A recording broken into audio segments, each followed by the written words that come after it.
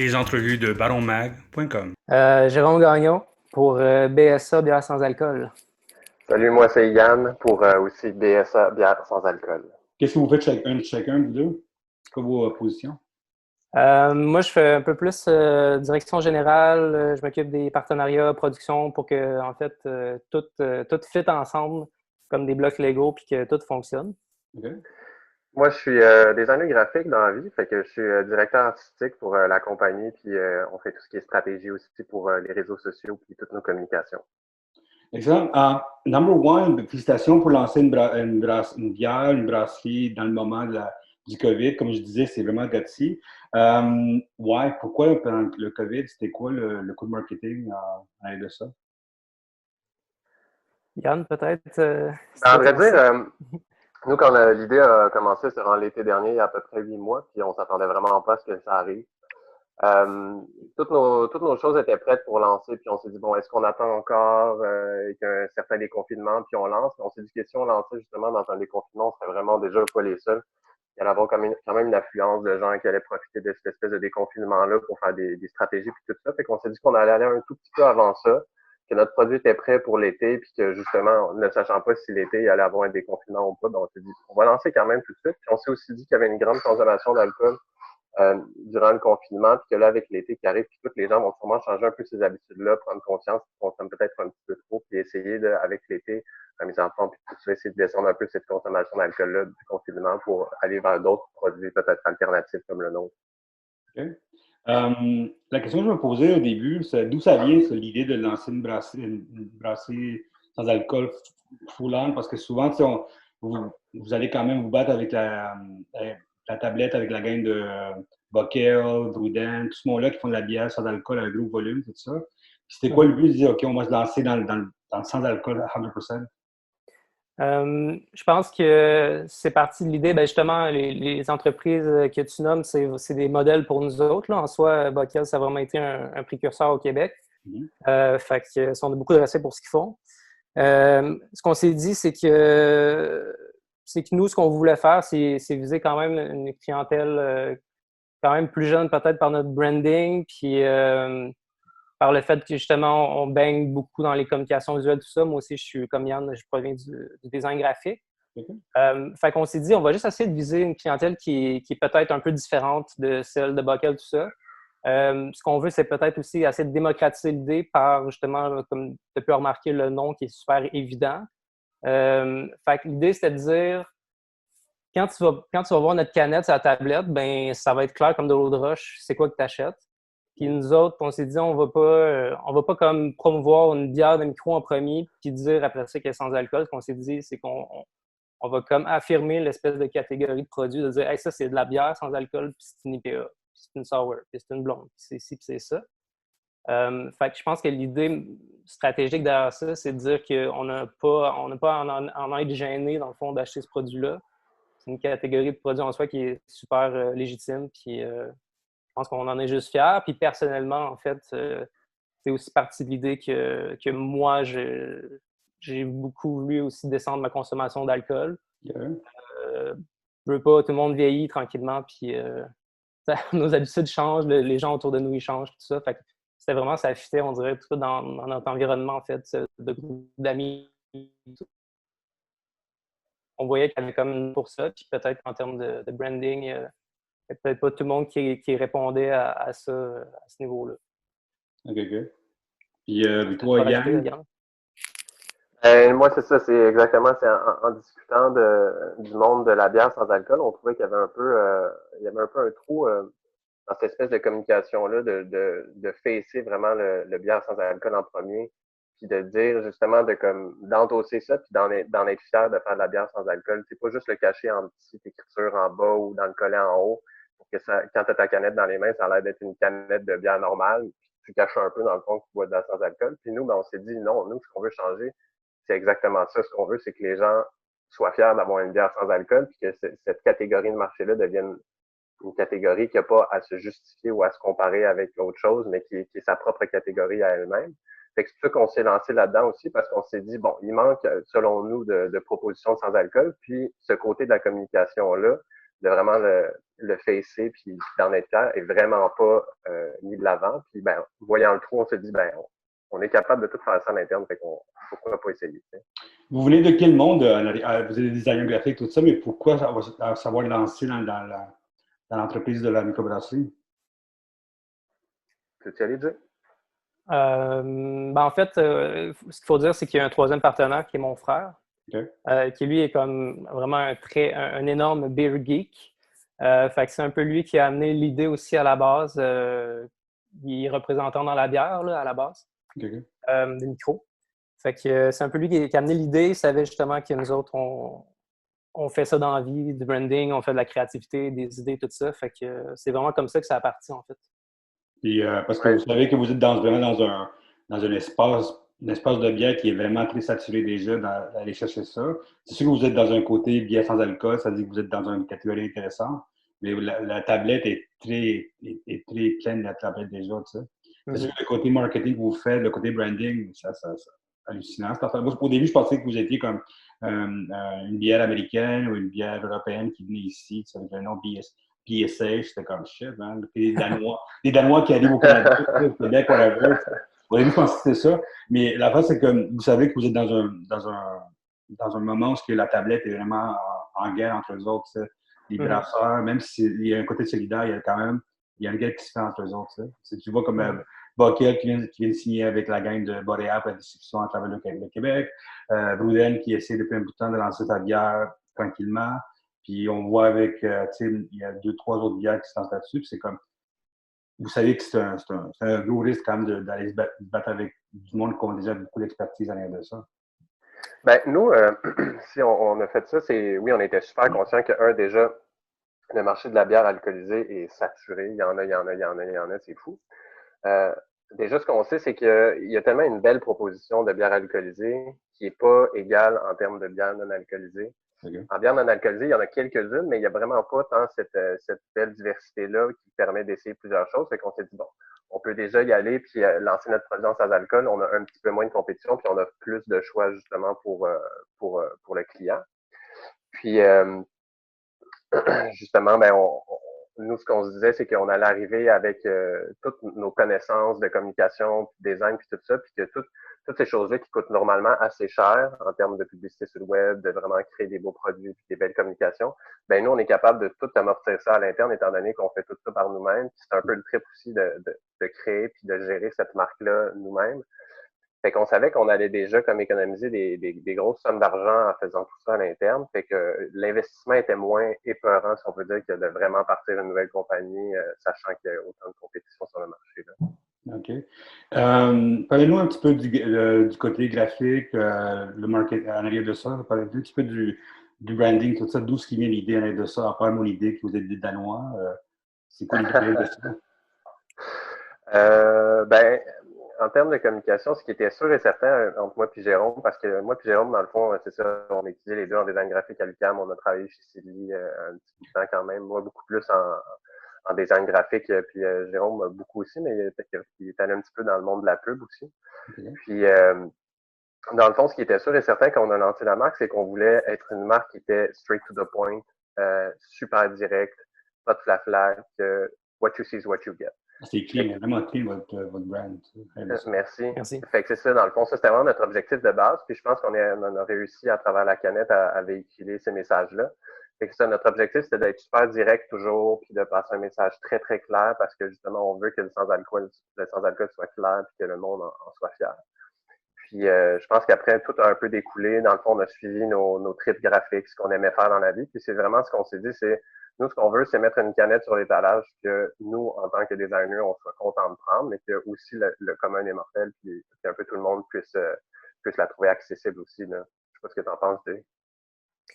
Oui, c'est carrément ça. Puis je rajouterais au-delà du message de clarté que là, on fait juste lancer, mais on a plein d'idées créatives qui vont au-delà d'avoir une canette, puis un site web, puis des réseaux sociaux. On veut faire des stunts, on veut faire des collaborations, on veut faire du contenu aussi par rapport à tout le mode de vie, entre guillemets, alternatif qui tourne autour du sans-alcool. Fait que c'est aussi, pour moi, personnellement, c'est une plateforme pour justement publier ces genres d'idées-là, faire voir ces genres d'idées-là qui sont créatives.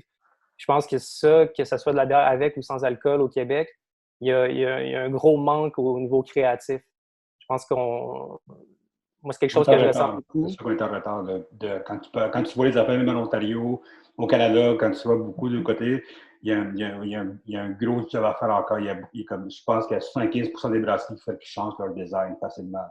facilement. Ah oui. Ça, puis, ouais, exact. Puis, ce qui arrive, c'est que, comment je dirais ça? Ben ouais, c'est ça. Bref, je pense que ce que nous, tu sais, tantôt, tu parlais beaucoup, la place sur la tablette est contingentée, tout ça. Je suis totalement d'accord. Puis c'est là où nous, on a peut-être moins d'expérience. Mais je pense que ce qu'on veut amener, c'est un esprit autour de l'entreprise qui va amener les gens vers notre produit autre que juste une décision tablette, par exemple.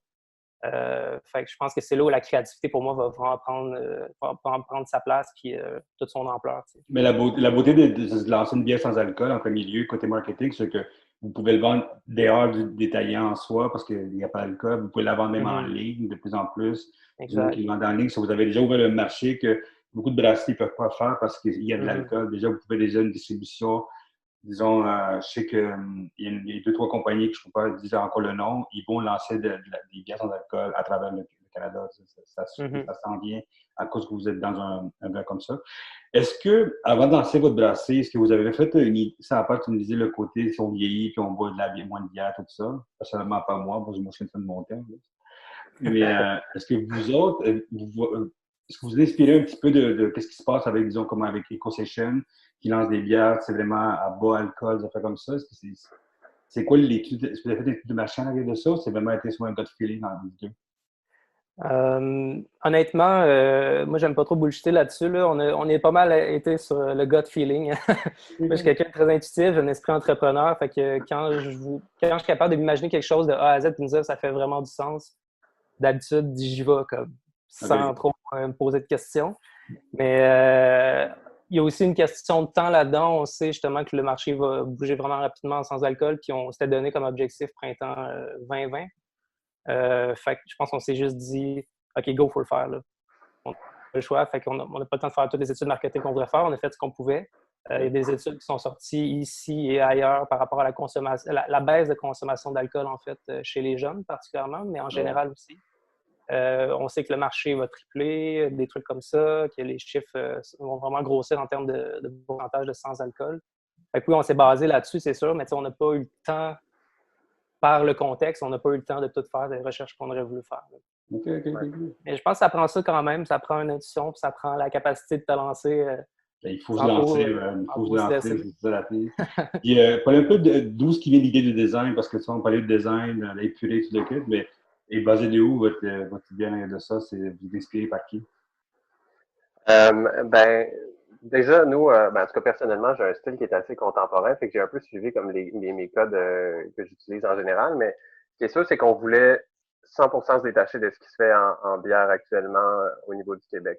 On voulait pas avoir une espèce d'histoire un peu folklorique, si on peut dire. On voulait pas être dans l'illustration, on voulait pas être dans l'abondance de codes visuels pour vraiment essayer d'attirer l'œil. On voulait avoir une simplicité et une pureté, puis justement une clarté vraiment maximale. Puis ce qu'on aime beaucoup, c'est qu'on s'est dit, bon, comment est-ce qu'on peut faire pour aller chercher des codes un peu dans d'autres domaines? Fait qu'on est allé chercher aussi des codes un peu même dans le monde de la mode avec Virgil Abloh de Off-White qui fait des super belles collaborations avec Nike, des choses comme ça par rapport à justement cette espèce très directe, un peu normcore, tout en étant comme super léché. Puis c'est des trucs qui nous ont beaucoup inspirés pour créer justement notre canette. OK. Vous lancez votre bière pendant le COVID-19. Number one, c'est félicitations. C'est un très bon move de Let's Do It. Qu'est-ce qui a changé depuis le début? Comme vous avez dit, au début, on allait lancer ça peut-être en septembre. On lance ça maintenant. Qu'est-ce qui a changé? Le côté en arrière du marketing, le message, comment vous avez planifié tout ça?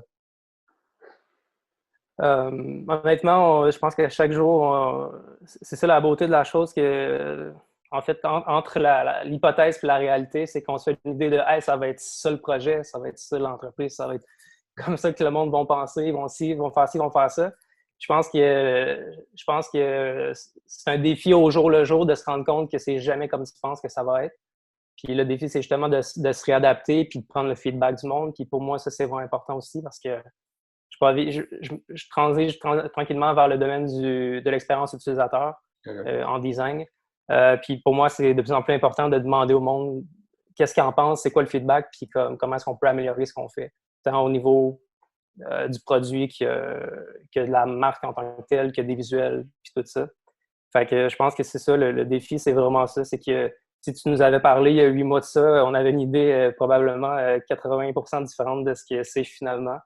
Puis à chaque étape, tu as une concession à faire ou un truc comme ça. Fait que ouais. Mais c'est sûr que comme on avait des lancements prévus pour la marque, des choses comme ça, bon, c'est sûr que ça va attendre. On s'est beaucoup questionné aussi dans le début de la pandémie. On s'est dit, bon, est-ce qu'on fait des espèces de lancements numériques? On fait des trucs sur le web. Mais on savait qu'il y avait une très grosse vague qui s'en venait aussi de compagnies, de choses qui allaient essayer d'avoir ces façons de faire-là. Fait qu'on les a un petit peu abandonnées, on a mis ça de côté. Puis on a décidé plutôt de justement commencer un lancement un tout petit peu plus lent.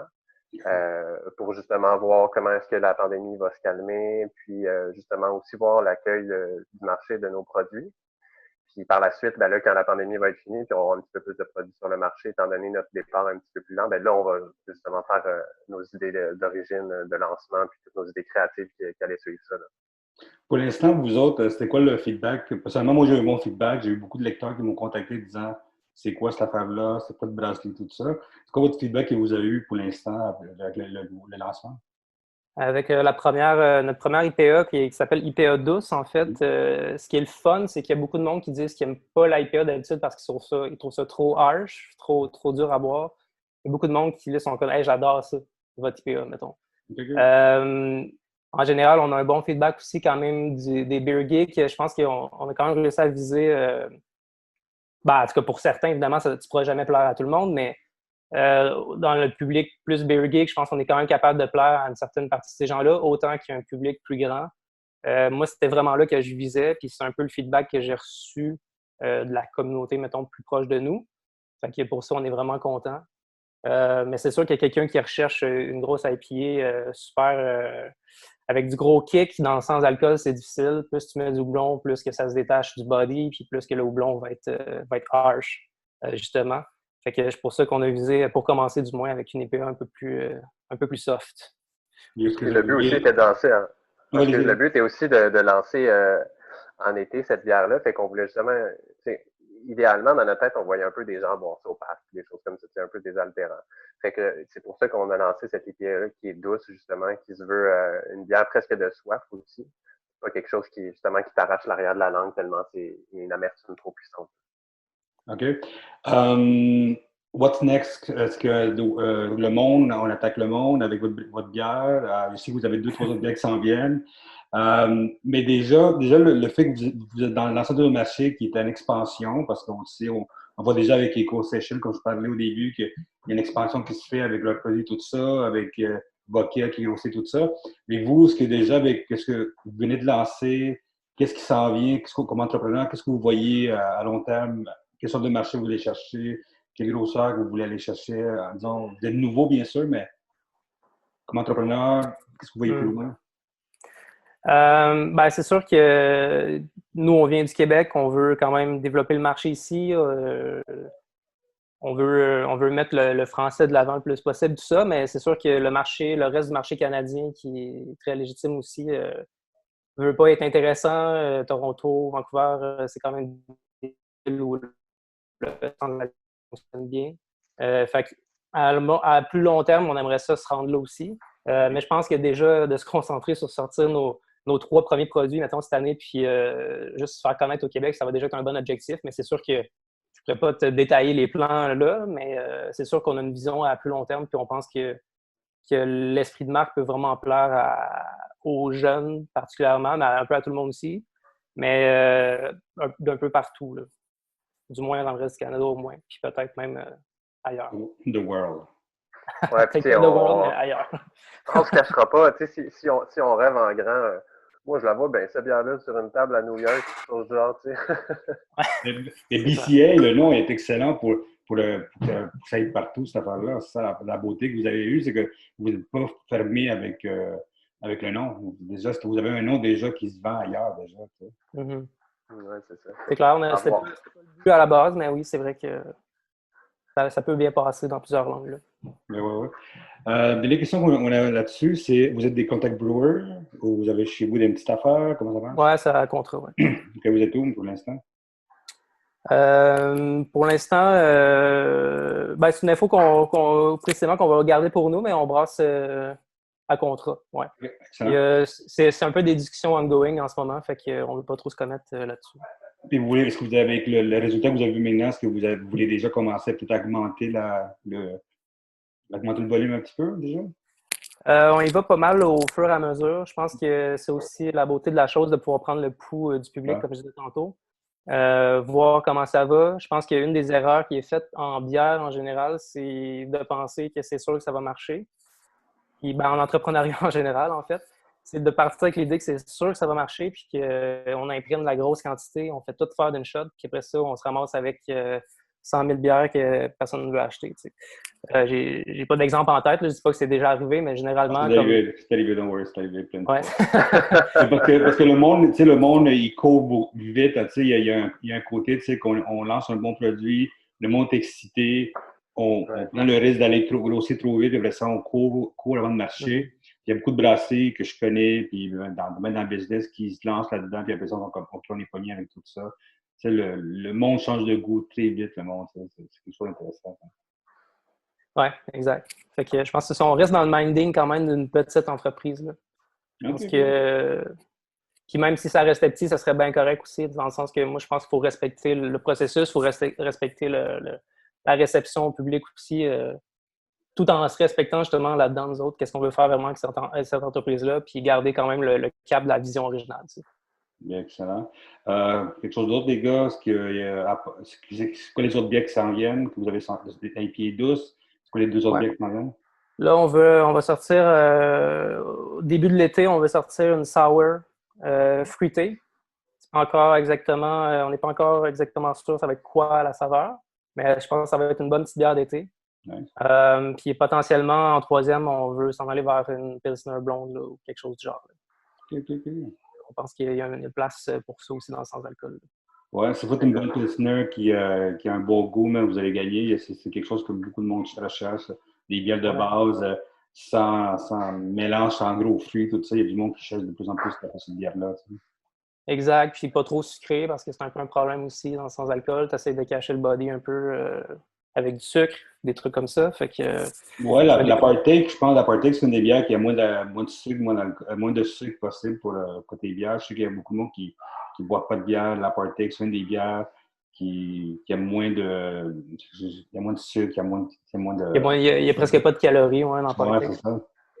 Excellent. Bien, écoutez, les gars, merci beaucoup pour votre temps. Puis j'espère un jour qu'on pourra sortir et aller boire l'une de vos bières dans un bar. Oui, ça va venir. On l'espère. C'est 2 mois et demi que je suis comme ça. Là, puis il faut sortir tranquillement. Mais au moins, je pense que ça commence dans 2 semaines. On peut commencer à se rencontrer. Il y a plus une ouverture qui s'en vient. Oui, exact. Ça va venir. Bien, excellent. Merci beaucoup encore, les gars. Puis on se parle. Yes, merci à toi. Merci beaucoup à toi. Take care. À bientôt. Ciao. Salut.